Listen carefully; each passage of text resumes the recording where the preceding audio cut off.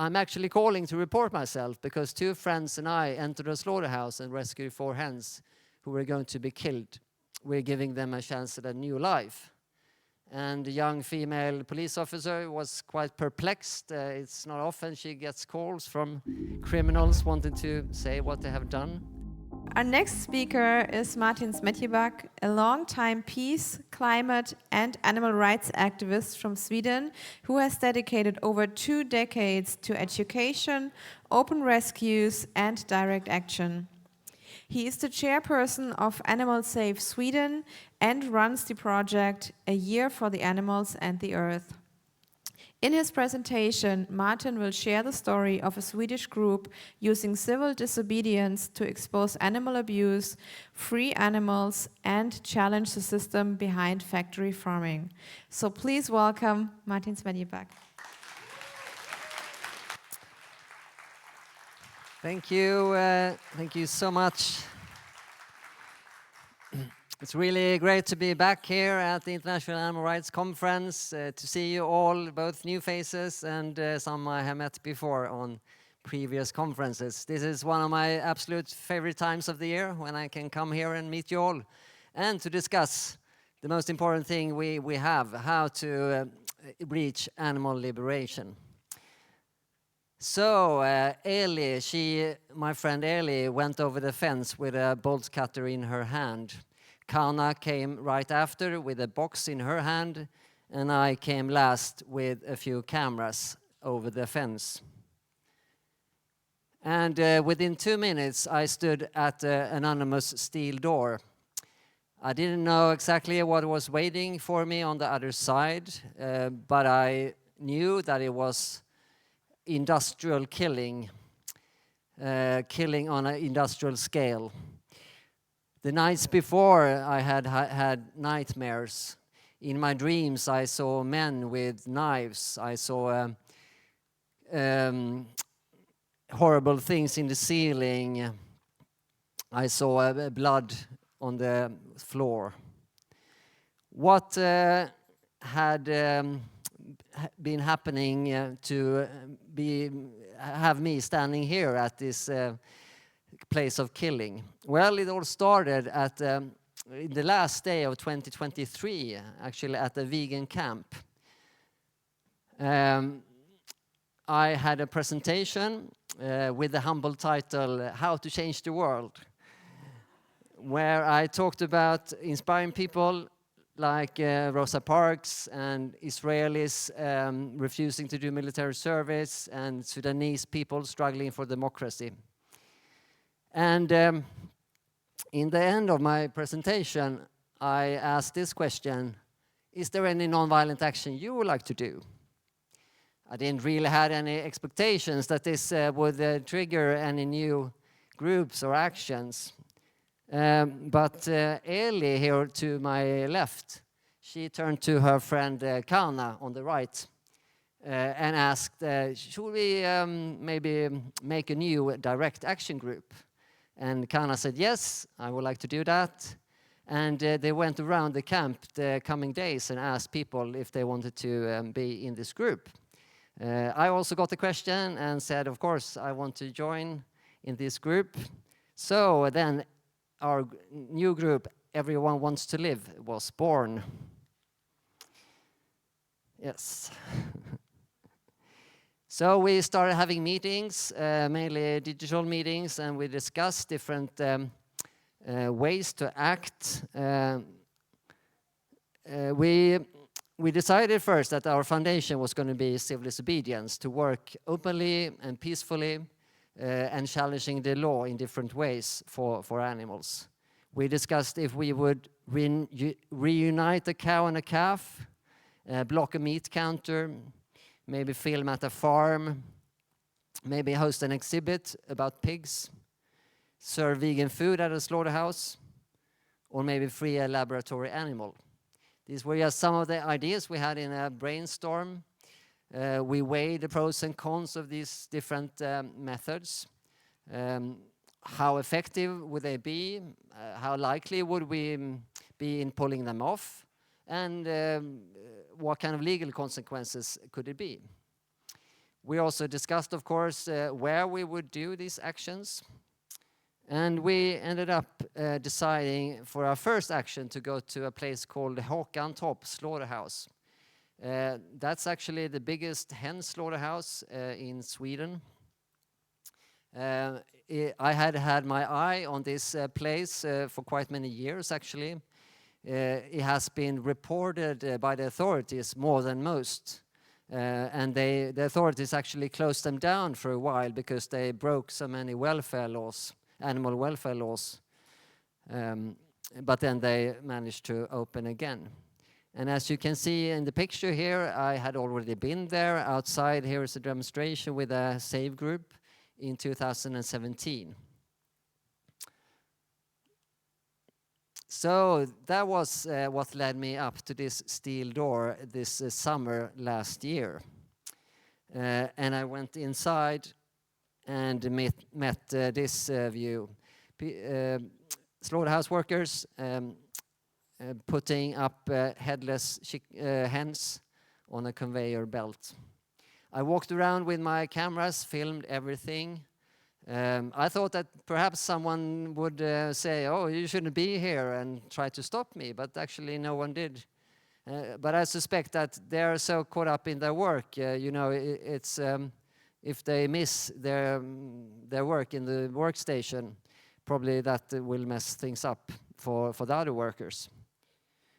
So I went around, and this was the most revolting thing I saw in the whole place. There was like the steel arm going inside each hen and scooping out the inside of them, including these large eggs, as you can see. I'm sorry for having to show this terrible thing. The metal container below, it was colored yellow by the yolks of the eggs. I wanted to go and also document how they put hens into water for electrocution so that they will be sedated somehow before they have their throats slit up. But I realized after a while that I had to go out the same way to maybe enter in another way, another part of the building. So after less than 4 minutes, I went out again, and then I met my friends Kana and Eli. While I had been inside filming, they have gone directly to the transport of hens that stood right outside of the slaughterhouse. Here you can see crate upon crate filled with hens, probably thousands of hens in this single transport. Now, maybe you can imagine being on the outside, being one of the hens, how terrible that would be, crammed into these small crates. But I think it's unimaginable to imagine being in the middle of this with crates on every side of you. And we know that many of the hens are suffocating while they are transported for several hours. Eli, she took out her bolt cutter and cut open one of the crates and took out 4 hens. Eli and Kana handed these hens to other activists outside of the slaughterhouse, and they quickly put them in a car and drove them away to a home that was designated for these hens. Kana gave Eli a hug and said, "We did it," and with tears in our eyes. We had managed to do in just 10 minutes what we had come to do. Film the slaughterhouse and then free 4 individuals. Sadly, those 4 individuals were the only survivors of that day, perhaps tens of thousands of hens killed only that day, I believe. But we wanted to film more inside, so we went back to see if we could film where the hens are killed. And we went to the back, but then one manager of the slaughterhouse came up to us and said, "Oh, you shouldn't be here." And he looked at me with the camera and said, "You're not allowed to film here." And I said, and he said, oh, you have to remove everything that you filmed. And I went to my GoPro camera and actually deleted everything that I had filmed. So the question was everything lost? Luckily, this was not my first rodeo. I've been to other actions. So I had took out the memory card and gave it to the people who had driven away with the hens. So it was on its way together with them, luckily. So nothing was lost. But of course, the manager didn't know that. There came another manager, and the two let us out through the gate. They actually didn't say anything about calling the police. They just let us out. They actually said, oh, you're welcome to come to a study visit later on this slaughterhouse. And I said, yeah, we would be interested in that, so we could see the whole process. And I emailed them a few days later, but we never got an invitation to go back on a study visit. Maybe after they had seen that we actually put up the film, perhaps. That same day, Kana, she called the police. And she said this: I'm actually calling to report myself because 2 friends and I entered a slaughterhouse and rescued 4 hens who were going to be killed. We're giving them a chance at a new life. And the young female police officer was quite perplexed. It's not often she gets calls from criminals wanting to say what they have done. But after a while, after checking with her boss, she said, oh, okay, maybe we can file a report about theft of hens. Thanks for calling and have a great day, she said. And Kana said, thank you, you too. After a while, we called our activist friends at the new home and asked how the hens were doing. And although the hens were in a terrible state after the animal transport to the slaughterhouse, everything had gone well. And we all looked at Kara's phone, and we could see a video with the hens when they, for the first time in their lives, could walk on grass. For the first time, they could lie down in the sun and enjoy being outside. Of course, we were happy for these 4 individuals that could enjoy these basic pleasures, but of course sad when we thought about everyone who has never been able to enjoy these very basic things. Another thing that the industry doesn't give them is, of course, names. Within a week, the new home gave them names, and they are now called Solfrid, Liv, Vivi, and Bella.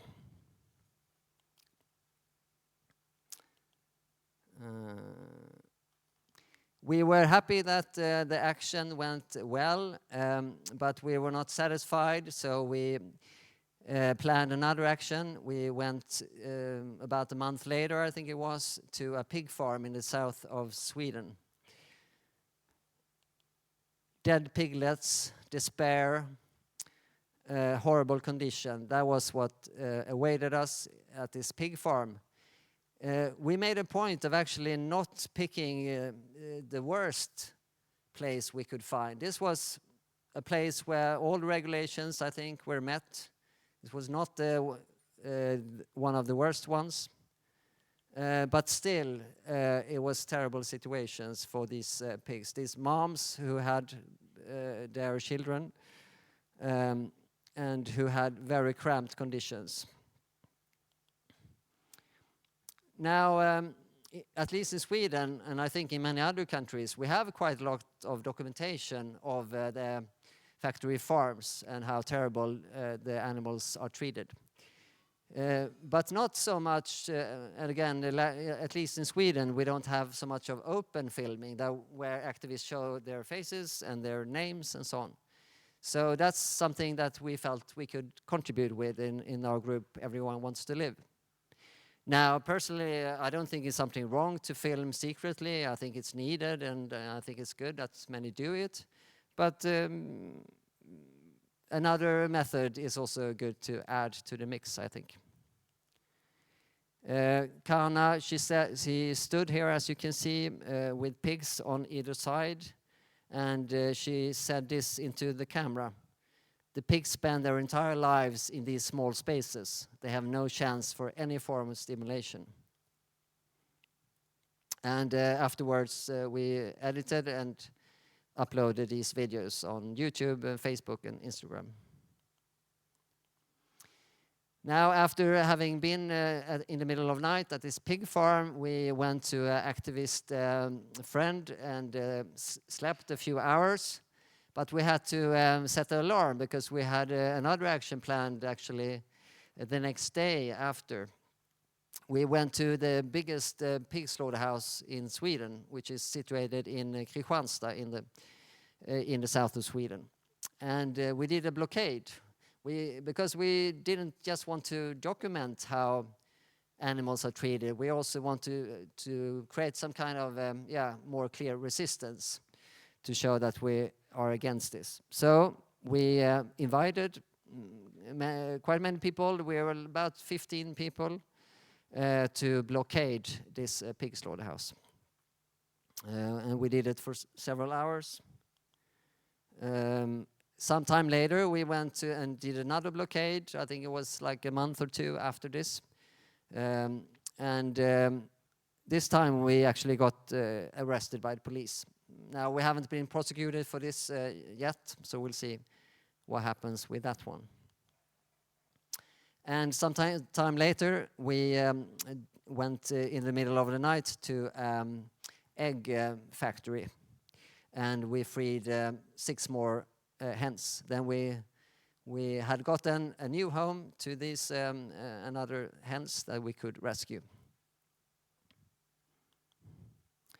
And we went to another pig farm and now focused on the dead piglets. Maybe you're aware that the breeding of pigs has led to, one of the things that it has led to is that they get so many piglets, so not everyone can survive.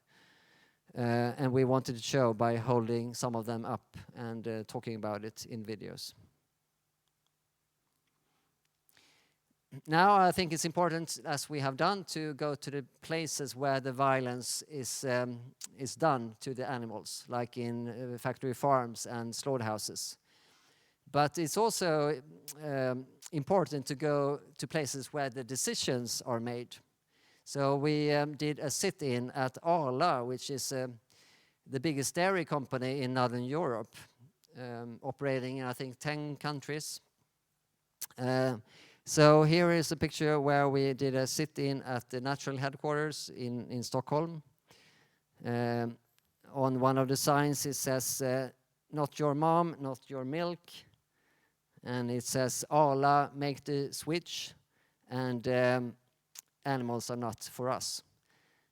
Actually, the dairy company, they didn't do much to get us out of there, but they redirected everyone, visitors and the workers, so they wouldn't pass us, even though we sat in the reception where everyone usually comes.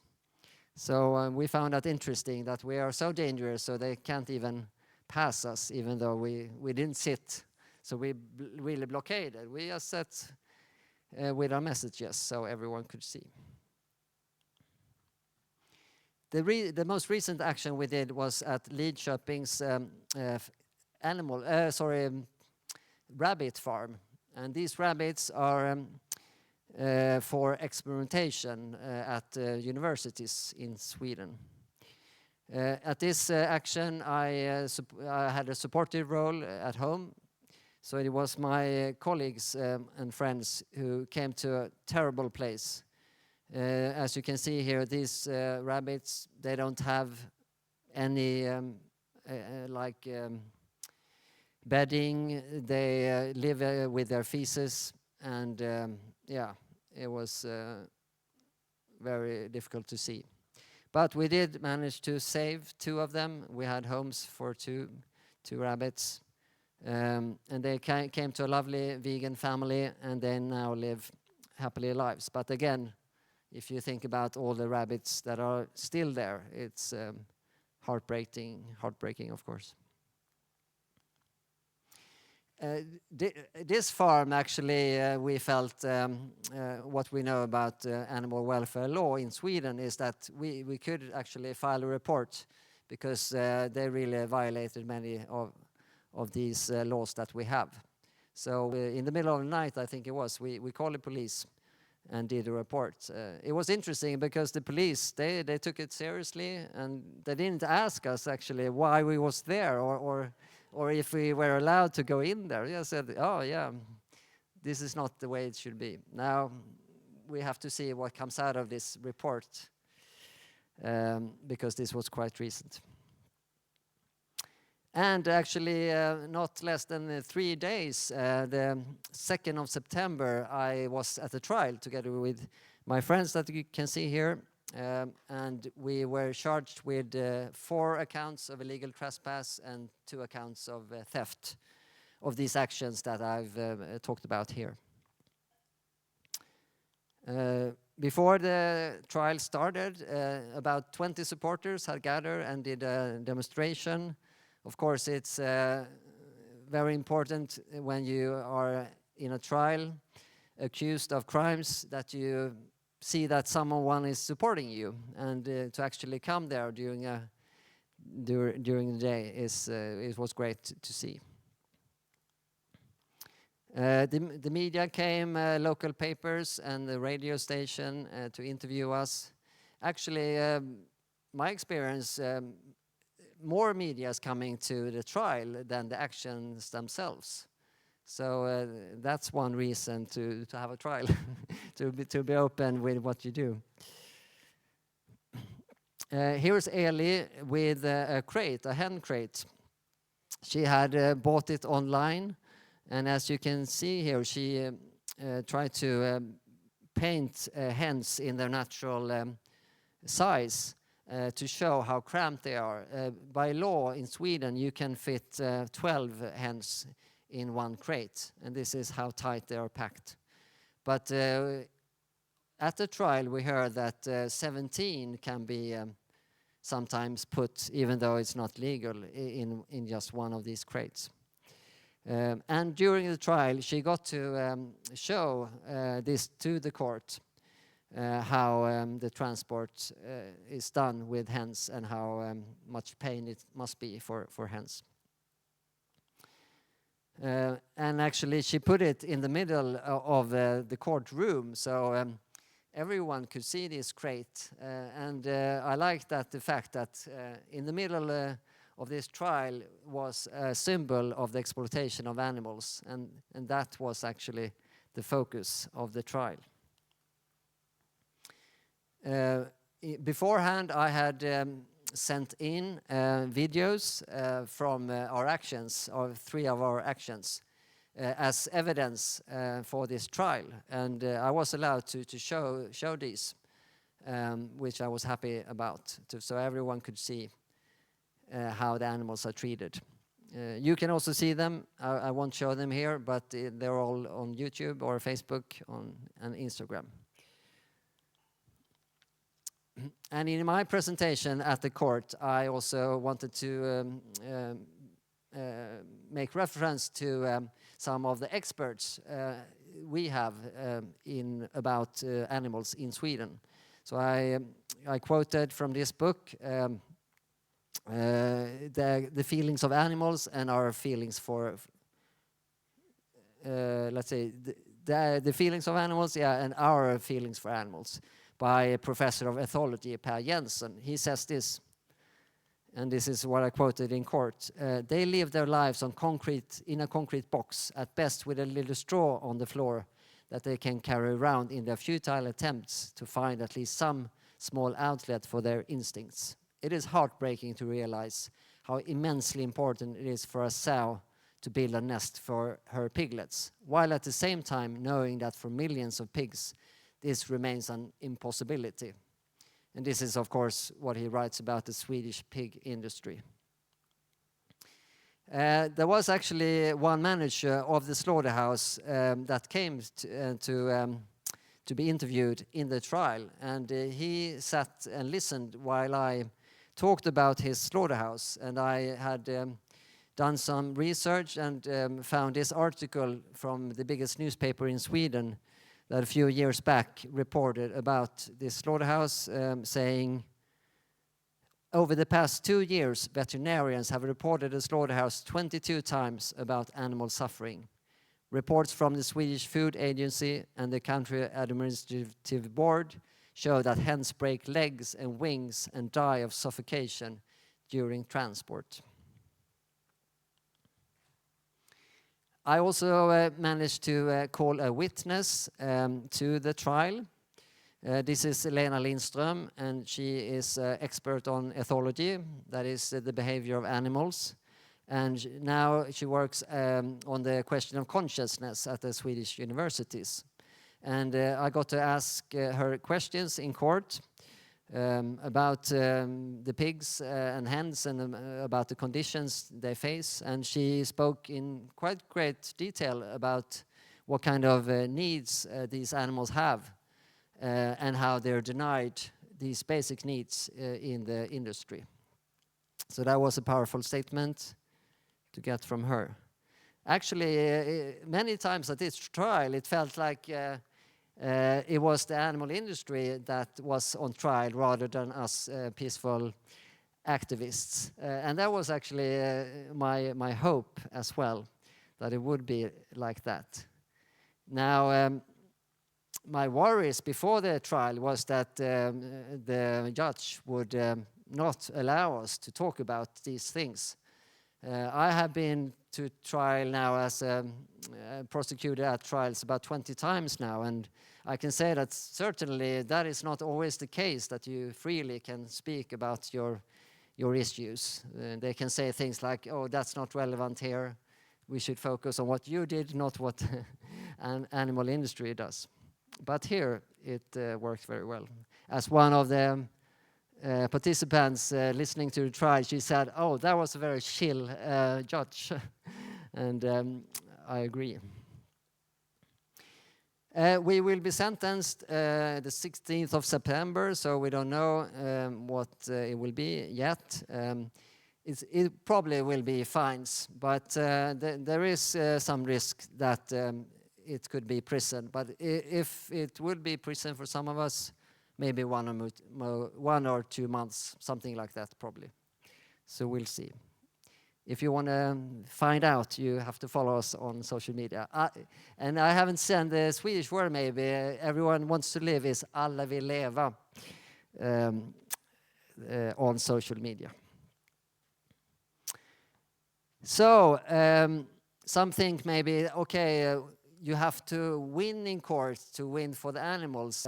And I think it would be great if we were acquitted in a court of law for our actions. Now, I don't actually think that will happen. And for me, that's not my main goal, to win in court in that way. I think by doing these civil disobedience actions, we challenge the law, and then it's taken to court. And that's actually a great place to raise the question of how we treat animals, because courts are a respected place to have discussions. So by doing civil disobedience, we push the envelope. We hopefully raise the question of animals in our society, so that other activists maybe later can do other things to affect politicians, and so that we can create new laws. And I believe that if we continue with civil disobedience actions, but together with other kinds of activities for animals like outreach, campaigning, lobbying, etc., all the wonderful things we hear here at the conference people are doing, and other important things. Then together, if we continue to stand up for animals year after year, I believe we will reach animal liberation. Thank you so much for listening.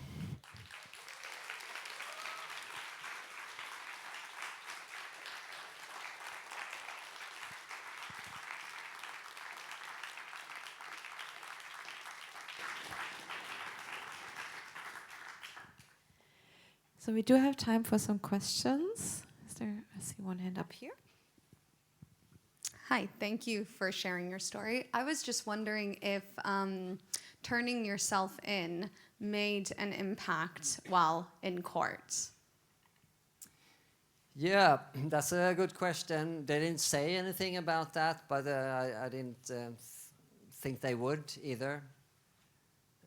So that's more of a guess from everyone, really. If that, I mean, we can see when the sentence comes, perhaps that will be included. That we were open, and maybe that will make them like more friendly towards us.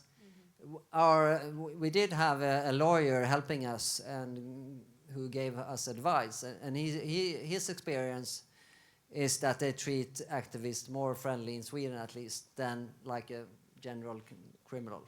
So it might do a difference. Yeah. Thanks. Okay. Is there another question? Yes. I'll go over there and then I'll come back to you.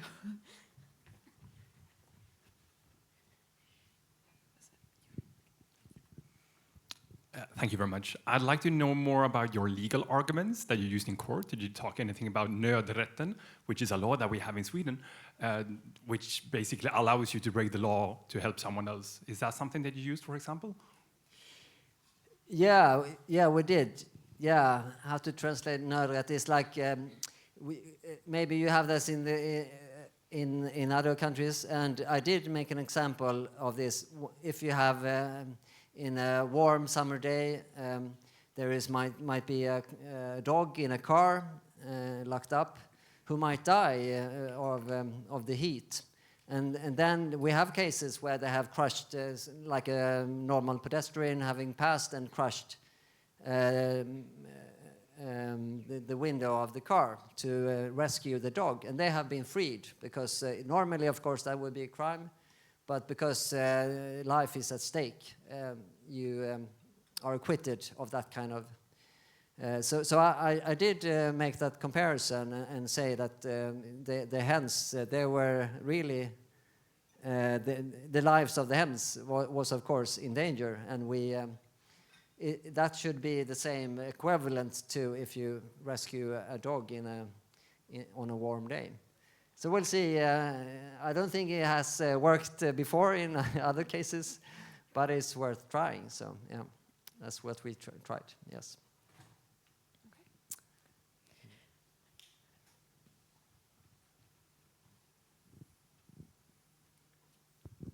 This was actually my question. If you are fighting for a right to rescue, but another question is, what are your next steps as a group, if you can already tell, of course. Yeah, we have new actions actually. My group, they're very eager. So just I think 1 or 2 days after our trial, they began planning new actions. I don't think I can divulge much about what we're going to do, but there are new actions coming up. I can almost promise you that. Yeah. Can I say anything? Probably not, but we do like this action of open rescues that is called to free animals openly, and yeah. So yeah, that's probably the most I can say by now. But if you follow us, you can see what happens. Definitely, thank you for that, for doing that. Oh, okay. So here, and then I come over to you. Okay. Hey, thanks for being so brave at first. And then I was wondering what people were in the courtroom with you. So was it just the judge and the lawyers, or because your trial sounded like very informative? So I was wondering. Yeah, in the Swedish court system, you have a judge who is trained in law, but then you have people who are assigned from the political parties. They are active politically somehow, and they are assigned. So they don't have any formal legal, only like basic training, I think, for a few weeks or something like that. But so that's the system where we should have like normal citizens. It's not really a jury system, but it's somewhere in between that and a formal, formal judge. So there were 3 of them politically assigned and 1 judge. Yeah. Yes. Okay, there was another question over here somewhere. Okay. Thanks for your work, Martin. I was just wondering if you have been seeing a change in discourse of how people view animals in Sweden as a result of your work. Yeah, that's a good question, and I'm afraid I can't say yes to that question. I think we need to do more work. I mean, you have to realize also, as you might be aware of, I think the same in any country really, the meat norm is so strong and the meat industry is very strong. We need more groups, more organizations, more campaigns. I can't see it yet, at least. What I can see, what you may be also seeing, that is more vegan products are being made, but that makes it easier to change your diet. But I can't see yet the political changes that we need. So that will take more work, I believe. But even if you can't see it, I don't think you can say that it's not there, because things can happen without you being aware of it. So I tend to be on the hopeful side, even though I don't see signs of being hopeful. Yes. Okay, I think I have time for one more question. Yeah, hello. I'm wondering if you can tell us how you get legal support. Like, how did you get that lawyer? I feel like maybe people would be hesitant to do this because they're afraid they won't be able to get legal support. So I'm interested to hear about it. Thank you.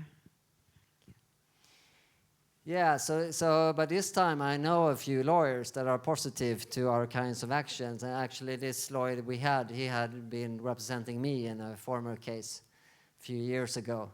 And I know and when I contacted him, he said, "Oh, I can do this pro bono. You don't have to pay me anything." And he was really like psyched when he came. "Oh, I really like this kind of cases. Other cases he has might be a bit more boring sometimes." But this, yeah, he liked this. Yeah. So of course it can be a challenge to find those, but. Perhaps check with other activists if you find others who have had lawyers, maybe, and of course, because he has had some of these cases, he knows the arguments as well. So it's of course easier for him to prepare than for a lawyer that has never been in a case like this. So yeah, I think that's the only advice I can give. Okay, well, with that, we are out of time. So I want to say thank you, Martin, and thank you for everything you do and for this presentation. Thank you so much. Thanks for all the good questions.